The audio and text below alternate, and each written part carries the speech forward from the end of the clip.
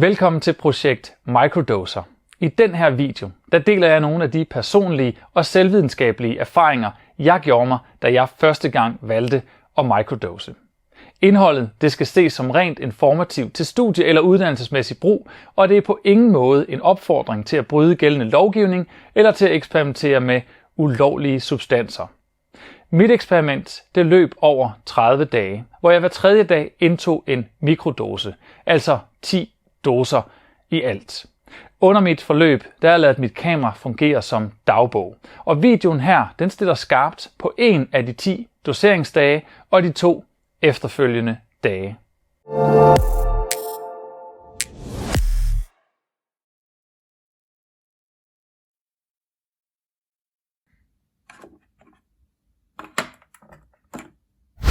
Det er blevet dose 5, og jeg er altså ved at være halvvejs i mit eksperiment. Og her sker der noget interessant. Jeg oplever, at præmissen for mit eksperiment, den er begyndt at ændre sig.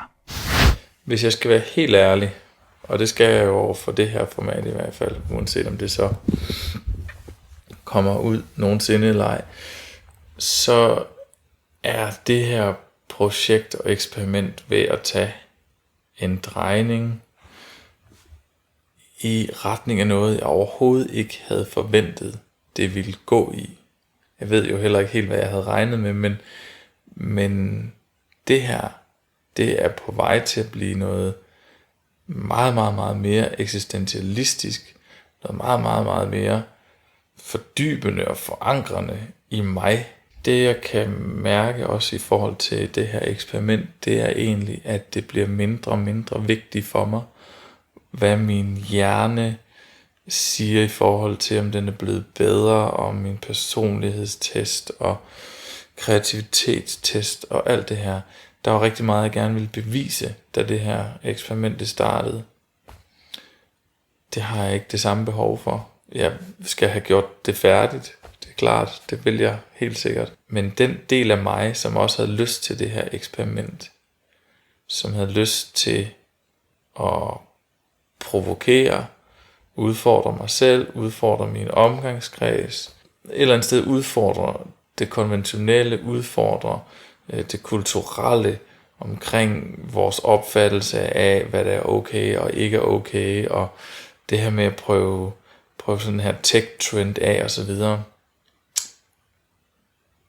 Det er på de her 14 dage blevet meget mindre, markant meget mindre interessant. Og det er helt sikkert fordi er noget i mig, der er ved at ændre sig. Vitterligt er ved at ændre sig.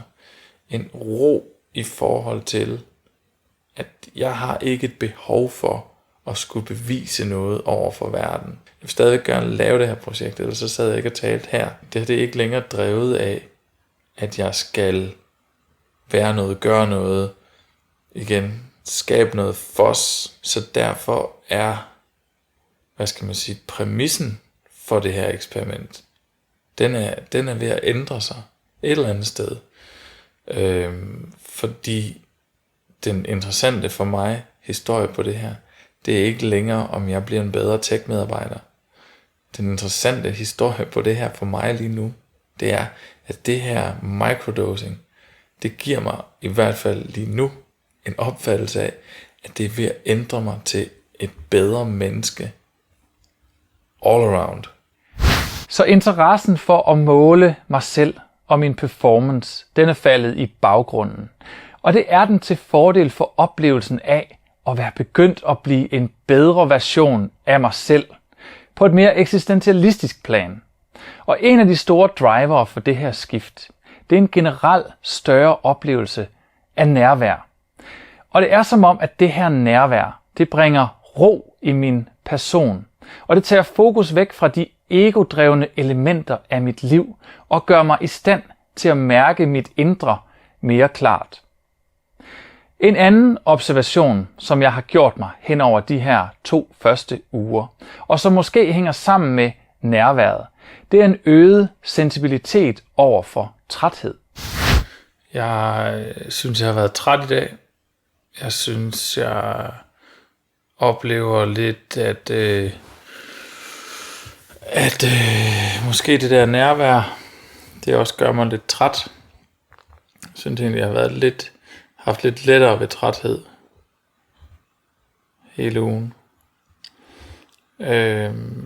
Jeg har arbejdet meget fokuseret i dag på det, jeg skulle lave. Oplever utrolig få overspringshandlinger. Meget cutting to the chase. Jeg føler lidt, at hvis jeg er træt, så bliver jeg straffet lidt hårdere. Eller jeg lægger lidt mere mærke til det. På en eller anden måde. Jeg har oplevet nogle små konflikter i dag. Og egentlig blive lidt vred eller irriteret. Det er første gang, siden jeg startede. Om det er så, fordi jeg er træt, det ved jeg ikke. Eller om det er bare, fordi det er det, der sådan fremprovokerer det. Men fælles for begge situationer var egentlig, de var meget kortvarige. Altså som i nærmest bare lige sådan en følelse, og så forsvandt det igen. Så microdosing fjerner ikke min evne til at blive vred eller irriteret. Heldigvis. Men tiden jeg er i følelsen er blevet ultrakort. I forbindelse med dose 5, der vælger jeg at sætte dosens størrelse ned. Og det gør jeg også for de næste par doser. Og det gør jeg for at blive klogere på, om den effekt, jeg oplever, om den hænger direkte sammen med dosens størrelse. Hvad det har af konsekvens for det videre forløb, det kan du se i de næste videoer fra mit eksperiment. Videoen her, den er slut. Men du kan se og læse meget mere om det om microdose på microdoser.dk. Her kan du også stille spørgsmål eller komme med kommentarer. Og husk nu på, at vi er alle sammen forskellige, og det er det liv, vi lever også. Derfor er der heller ingen garanti for, at du vil opleve det samme som mig under et mikrodoseringsforløb. Tak fordi du så med. Vi ses.